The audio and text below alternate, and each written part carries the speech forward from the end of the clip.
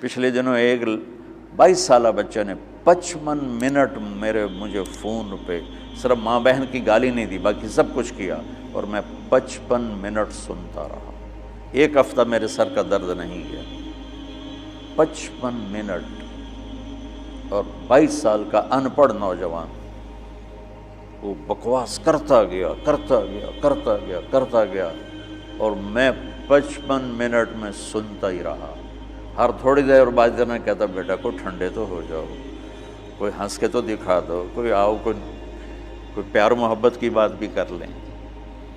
آخر میں جا کر کہنے لگا ایک بات ہے کہ آپ کا صبر بہت بڑا ہے، آپ نے مجھے بہت برداشت کیا۔ دعوت دینے میں داعی ذلیل ہوتا ہے، جس کو دعوت دی جا رہی وہ اس کو ہم احترام دیتے ہیں، عزت دیتے ہیں۔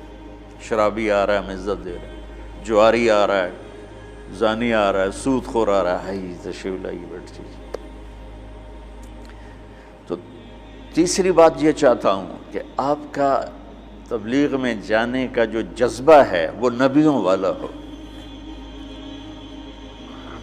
یہ بات کے جذبے بنے ہیں، پڑھانے بیٹھ جاؤں، پڑھنے بیٹھ جاؤں، کتاب لکھوں، کوئی کہیں ممبر پہ بیٹھ جاؤں، کہیں خطابت پہ بیٹھ جاؤں، کہیں درس قرآن مل جائے، کہیں دارالافتاء مل جائے، یا کسی شیخ کا مرید ہو جاؤں تو مجھے خلافت مل جائے تو اور میری پیری مریدی بھی چل جائے۔ یہ بہت بات کے جذبے ہیں۔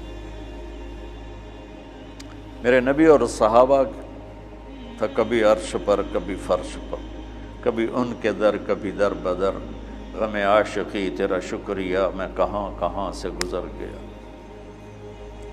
کہیں راستوں میں تنہا، کہیں ہوں ورود صحرا، میں جنوں کا ہم سفر ہوں، میرا کوئی گھر نہیں ہے۔ یہ جذبہ پیدا کرنا چاہتا ہوں، چونکہ جو کام آدمی کرنا چھوڑ دیتا ہے وہ پھر ذہنوں سے نکل جاتا ہے، پھر ایسا نکلتا ہے کہ وہ بھولنا بھی۔ اب میں بے شمار حدیثیں بھول چکا ہوں، اللہ کا فضل ہے پاکستان میں سب سے پہلے حدیث کی نص کو بیان میں اللہ نے میرے ذریعے سے پیش کروایا، ورنہ کوئی عالم حدیث حضور نے فرمایا کہ جو 5 وقت نماز پڑھے گا اس کے گناہ معاف ہو جائیں گے،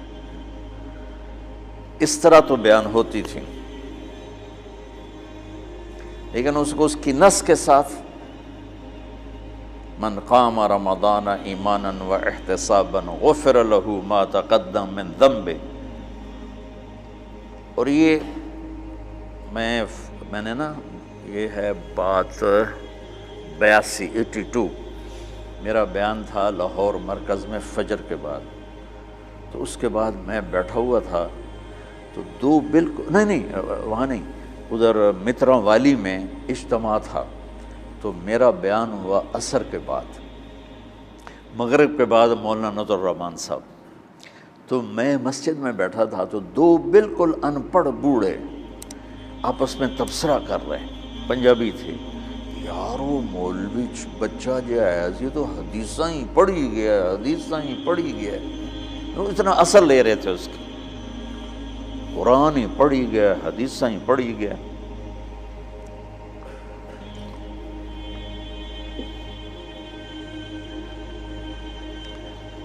تو تمہارے تبلیغ میں جانے کی بشاشت وہ اس کا سبب نص قرآن ہو اور فرمان رسول ہو۔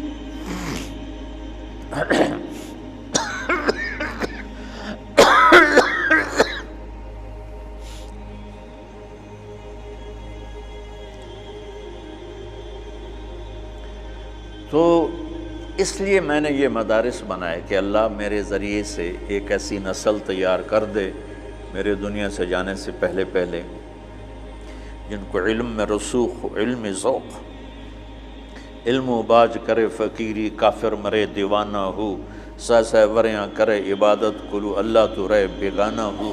یہ سلطان باہو رحمۃ اللہ علیہ کا فرمان ہے کہ علم کے بغیر جو فقیری کرتے ہیں تو دیوانہ ہی ہوتے ہیں، پاگل ہوتے ہیں، شریعت کا ہی نہیں پتہ تو فقیری کیا کرنا۔ ہمارا ایک دوست تھا، جب ہم لاہور پڑھتے تھے تو ایک گدی نشین کے نا فیملی سے تھا، تو جب اس کے پاس پیسے ختم ہوتے وہ ایک مریدوں میں چکر لگا کے پیسے اکٹھے کر کے آ جاتا تھا۔ اب ہم تو باپ کے پیسوں کا انتظار کرتے تھے، وہ مریدوں سے لے کے آ جاتا تھا۔ تو کہنے لگا ایک جگہ میں گیا تو کہا ہمارے جو ہوتے تھے نا چیلے، وہ بڑے ٹرینڈ ہوتے تھے، یعنی ہمارا تصور بٹھانے کے لیے۔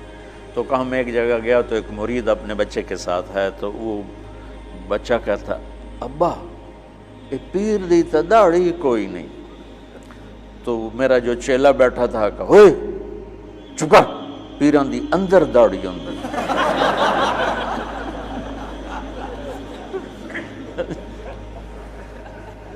پیران دی اندر داڑھی اندر۔ تو علم و باج کرے فقیری، کافر مرے دیوانہ ہو۔ میں چاہتا ہوں آپ قرآن سے جڑو، آپ سیرت پاک سے جڑو اللہ کے واسطے۔ سکھ ریت روش منصوری نو، ہن ٹھپ رکھ کنز قدوری نو۔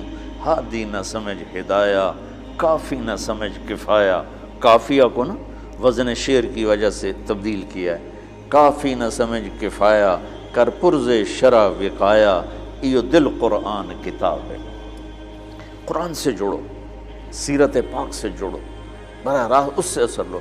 عالمگیری میں یہ لکھا ہے، فتاوی محمودیہ میں یہ لکھا ہے، فتاوی رشیدیہ میں یہ لکھا ہے، فتاوی دارالعلوم دیوبند میں یہ لکھا ہے، وہ ہمارے سر آنکھوں پر ہے، لیکن ہم مستدل حدیث کو بنانا چاہتے ہیں، ہم سیرت سے اثر لینا چاہتے ہیں۔ میرے نبی نے یہ کیا، میرے نبی نے یہ، ٹھیک ہے ہم مقلد ہیں، ہم غیر مقلد نہیں ہیں، اور ہم علماء دیوبند کی تحقیق پر راضی ہیں۔ ہاں چھوٹا موٹا اختلاف تو ہر پڑھنے والا کرتا ہی ہے، تو اس کا مطلب یہ نہیں ہوتا کہ وہ اس سے نکل گیا ہے، جزوی اختلاف ہر جگہ ہوتا ہے۔ تو تم سیرت سے جڑو، تم قرآن سے جڑو، تمہارے اخلاق عالی شان، تمہیں اللہ کا پیغام پہنچانے کا تمہارے اندر جذبہ ہو۔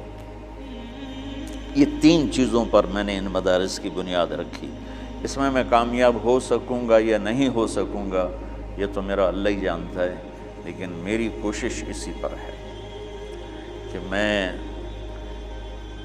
چونکہ ہماری نسل جو آج مدارس سے تیار ہو رہی ہے وہ انتہائی منفی ذہن کی تیار ہو رہی ہے، اور ایک بچہ معصوم ذہن کے ساتھ آتا ہے اور 11 سال 15 سال کے بعد جس بھی مکتب فکر سے وہ نکلتا ہے وہ باقی سب کی نفرت لے کے نکلتا، اس کے دل میں کسی کے لیے محبت اور ہمدردی نہیں ہوتی۔